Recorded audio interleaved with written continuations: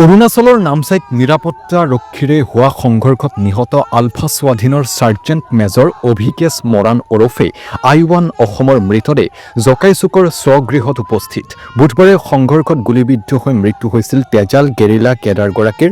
বৃহস্পতিবাৰে আবেলিৰ ভাগত অৰুণাচলৰ পৰা তিনিচুকীয়া জিলাৰ কৰ্দৈগুৰিৰ জকাইচুকৰ ঘৰলৈ স্থানীয় যুৱক সংঘ দল সংগঠন স্থানীয় ৰাইজে প্ৰায় 10 কিলোমিটাৰ দূৰত্বৰ পৰা এক সমদল কৰি আই-1 অসমৰ মৃতদেহ লৈ আনে। অভিকেশ মৰাণ জিন্দাবাদ, অভিকেশ মৰাণ অমৰ হওক ইত্যাদি শ্লোগানো দিয়ে সমদলত অংশগ্ৰহণ কৰা ৰাইজে। বিপুল সংখ্যক ৰাইজৰ উপস্থিতিত মৰাণ জনগোষ্ঠীৰ ধৰ্মীয় ৰীতি নীতিৰে নিজ গৃহতে সৎকাৰ কৰে আই-1 অসমৰ পাৰ্থিৱ শৰীৰ।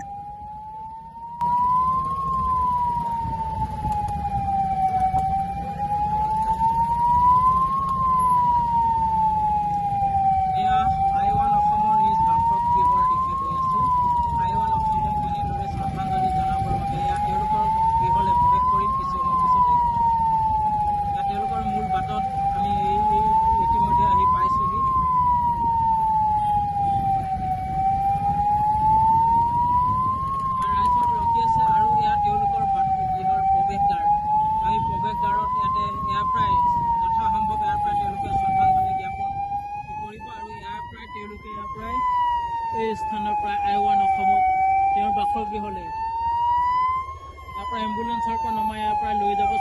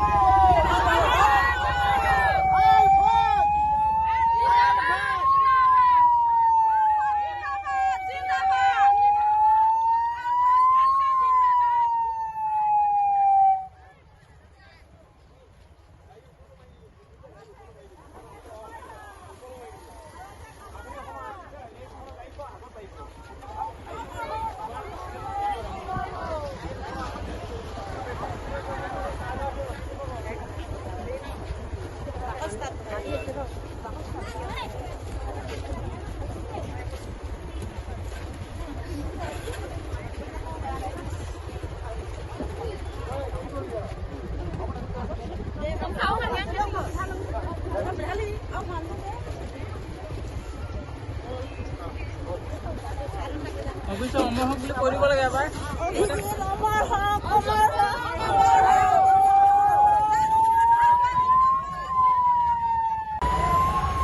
হা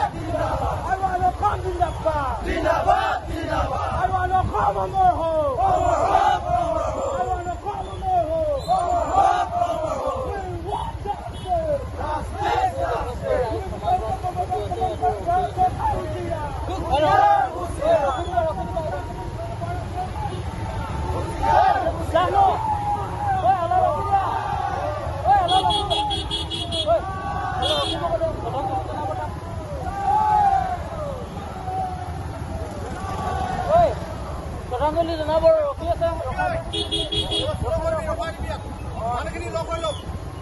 শ্ৰদ্ধাঞ্জলি জনাব এয়া ৰখি আছে ৰাইজ।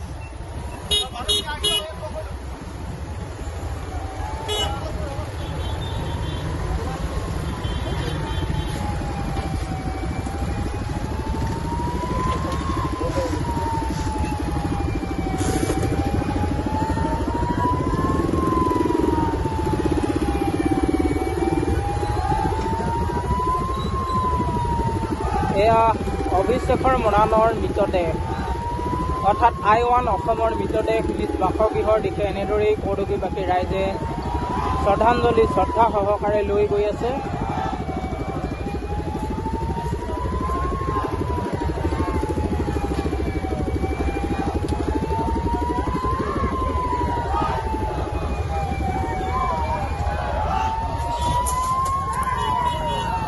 স্বাধীনে এতিয়া বাসগৃহত আহি পাইছেহি। সেইটো ঠিকেই, ধন্যবাদ দিছোঁ পালেহি যেতিয়া। এতিয়া ল'ৰাটো দেশৰ কাৰণে ওলাই গৈছে। কেতিয়া ওলাই যোৱা আছিল? এইটো 16 চনত ওলাই যোৱা আছিলে। এতিয়া কি ক'ব, ল'ৰাটো হৈ কেনেকুৱা অনুভৱ কৰিছে আপুনি এগৰাকী পিতৃ হিচাপে, যিহেতু দেশৰ কাৰণে মৃত্যুবৰণ কৰিছে, তেওঁ ত্যাগ কৰিছে? কি কৰিবি নো, দেশৰ কাৰণে গ'ল যেতিয়া এতিয়ানো যোৱা বস্তুটো আকৌ নতুন কৰিব নোৱাৰা নহয়। পাৰিম জানো, জীৱটো দিব নোৱাৰে নহয়। হয় হয়, মই মানৱীয়তাৰ দৃষ্টিকোণৰ পৰা যদি মই কওঁ, এই যে হিউমেন বিং যিটো মানৱীয়তাৰ নিদৰ্শন, গতিকে মই এই অঞ্চলটোৰ এজন যুৱক আৰু মোৰ ভাতৃপ্ৰতিম আৰু সেইখন সংগ্ৰামৰে মোৰ এজন মানে সতীৰ্থ।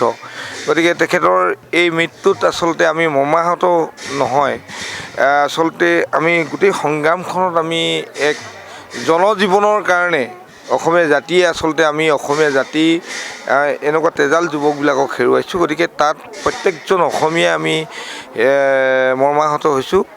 গতিকে এইখিনি ক্ষেত্ৰত আমি ভাগি পৰিছোঁ। গতিকে আমি এই মুহূৰ্তত এটা কথাই ক'ম যে পৰেশযুৱ মহাশয় সঠিক দিশ নিৰূপণ কৰিব লাগিব।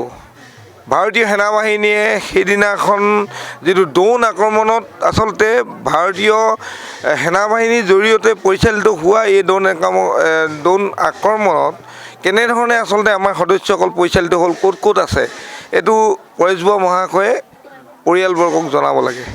এইটো তেখেতৰ দায়িত্ব। গতিকে সঁচা কথা ক'বলৈ মানুহে ভয় খায়। গতিকে মৃত্যু এনেকুৱা শিল্প যদিও মৃত্যু এনেকুৱা অনৰ্থক হ'ব নোৱাৰে। অসমীয়া জাতিয়ে এনেকৈ মৃত্যুবৰণ কৰি থাকিব আৰু এই মৃত্যু আমি সহজভাৱে লৈ থাকিম, মাতৃয়ে চকু পানী টুকি থাকিব। গতিকে এয়া কেতিয়াও সহ্য নহয়। গতিকে মৃত্যুৰ দৰ্জাখন বন্ধ হ'ব লাগিব। আলোচনা যদি কৰিব লাগে আলোচনা কৰিব লাগিব। ৰাজনৈতিক যিটো সমাধান, এই কথাখিনি আমি আলফাৰ পূৰ্বৰ এজন সদস্য হিচাপেও আমি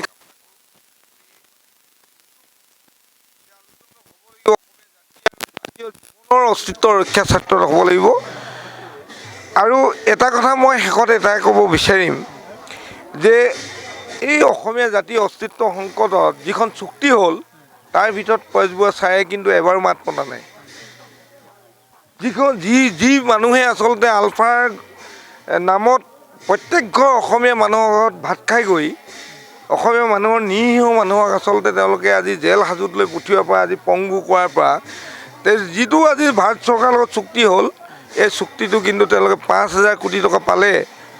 তাত তেখেতৰ কিন্তু কোনো কমেণ্ট নাই। গতিকে তেখেতক মই সেইটো ক'ব বিচাৰোঁ যে সেই পইচাটো আচলতে তেওঁলোকে অন্ধৰ কোঠাত কেনেকৈ ভাগ কৰিলে, তেখেতৰ জৰিয়তে আচলতে অসমীয়া যায় এটা প্ৰতীয়মান হ'ব। গতিকে ধন্যবাদ জনাইছোঁ।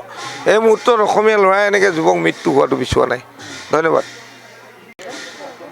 স্বাধীনতাৰ সপোন দেখি আৰু কিমান পাকঘোৱালা অসমীয়া ডেকাই ভাৰতীয় সেনাবাহিনীৰ হাতত আৰু মৃত্যুবৰণ কৰিব লগা লাগিব, তাৰ উত্তৰ কিন্তু ভাৰত চৰকাৰে কিন্তু দিয়াৰ প্ৰয়োজন আছে। আৰু কিমান আই মাতৃ বুকু উদ্যম কৰি আই মাতৃক আৰু চকুলৈ সাগৰ বোৱাবৰ কাৰণে ভাৰত চৰকাৰ আৰু আলফা স্বাধীনে যি তেওঁলোকৰ যিখন সংগ্ৰাম, সেই সংগ্ৰামখনৰ ন্যায্যতা প্ৰদান কৰি ভাৰত চৰকাৰ আৰু আলফাৰ মাজত এখন আলোচনা হওক। অন্যথা অসমীয়া ৰাইজে এনেকুৱা ধৰণৰ আমাৰ ভাতৃ, আমাৰ সুখৰ আৰ্মি গুলিত আৰু মৰাটো আমি কোনোপধ্যে সহ্য কৰিবলৈ নোৱাৰিম। যদি আলফা স্বাধীনৰ সংগ্ৰামখনৰ ন্যায্যতা আছে, আলফাই সজোৰা উত্থাপন কৰি ইয়াৰ কাৰণে ইয়াৰ কাৰণে আলোচনাত বহক। অন্যথা তেওঁলোকে পৰেশ বৰুৱা মহাশয় আৰু অসমৰ মাননীয় মুখ্যমন্ত্ৰীয়ে তেওঁলোকে ফৌনিকভাৱে বাৰ্তা হৈ থাকিব। তেওঁলোকে অসমৰ পৰিস্থিতি তেওঁলোকে ইচ্ছাকৃতভাৱে কৰিবৰ কাৰণে তেওঁলোকে দুয়োটাই মিডিয়ালি কৰিব। তেনেকুৱা ধৰণৰ মানুহৰ কিন্তু সন্দেহ হৈছে আৰু সেই সন্দেহৰ তেওঁলোকৰ যুদ্ধৰ তেওঁলোকৰ ৰাজনৈতিক ষড়যন্ত্ৰৰ বলি হৈ আমাৰ দৰে মহান ল'ৰা ছোৱালীবিলাক তেওঁলোকে আলফাৰ নামত আৰ্মীৰ গুলীত মৃত্যু হ'ব লগা হৈছে। এইটো এটা চূড়ান্ত দুৰ্ভাগ্যজনক। আৰু আজি এই তাৰিখৰ পৰা আমি অনুৰোধ কৰিছোঁ আমাৰ অঞ্চলত বা মৰাণ জাতি বা সমগ্ৰ অসমে এয়া শেষজন শ্বহীদ হওক আৰু যাতে আলফাৰ নামত স্বাধীন অসমৰ সপোন দেখি যাতে আৰু কোনো শ্বহীদ নহয়, ইয়াৰ কাৰণে ভাৰত চৰকাৰ আৰু আলফাক আমাৰ অনুৰোধ জনালোঁ। চাওক, আজি আচলতে আমি এই মুহূৰ্তত বৰ বিশেষ আপোনালোকৰ আগত ক'ব বিচৰা নাই। আচলতে আজি আমাৰ গোটেই কৰ্দগুৰি অঞ্চলটোৰ ৰাইজে, আমাৰ গাঁওখনৰ জকাইচুক গাঁৱৰ ৰাইজে আজি আচলতে সকলোৱে দুখ প্ৰকাশ কৰিছে। এজন কম বয়সৰ ল'ৰা খুব কম সময়তে তেখেতে আলফালৈ বুলি ওলাই গৈছিল। আৰু এতিয়া কথাটো হ'ল কি যে তেখেতৰ লক্ষ্য উদ্দেশ্য আমি জ্ঞাত নহ'লেও কিন্তু এটাই কথা ক'ব লাগিব যে আচলতে আমি প্ৰথম কথাটো হ'ল কি আমি শান্তি বিচাৰোঁ। আমাৰ গাঁওখনৰ ৰাইজে সকলোৱে শান্তি বিচাৰে। গতিকে আমি অসম চৰকাৰ লগতে আলফা স্বাধীনৰ মুখ্য সেনাধ্যক্ষ পৰেশ বৰুৱা ডাঙৰীয়াক আমি অনুৰোধ জনাম যাতে আমাৰ এইটোৱে এতিয়া প্ৰথম ঘটনা নহয়। এনেকুৱা ধৰণৰ বহুতো ঘটনা হৈ গ'ল, আপোনালোকে নিশ্চয় জ্ঞাত, সমগ্ৰ অসমবাসী ৰাইজে জ্ঞাত। বিশেষকৈ আমাৰ অঞ্চলটোৰ ৰাইজে, কৰ্দগুৰি অঞ্চলটোৰ ৰাইজে বহুত এনেকুৱা ধৰণৰ মানে ঘটনাত আচলতে কেতিয়াবা খুব লিপ্ত হ'বলগীয়া হৈছে। ঘটনাত মানে কি হৈ গ'ল, কি বুলি কয়, একেবাৰে মানে কি হৈ গ'ল, ৰাইজে হতাশাত ভুগিবলগীয়া হৈছে এনেকুৱা ধৰণৰ ঘটনাত লৈ কিনে। কেতিয়াবা আৰ্মীৰ পৰা মানে কি হ'ল মাৰপিট খাইছে ৰাইজে, জনসাধাৰণে কেতিয়াবা পুলিচৰ পৰা খাইছে। একদম মানে কি হৈ গ'ল, বহুত বেলেগ বেলেগ ধৰণৰ হাৰাশাস্তি খাবলগীয়া হৈছে।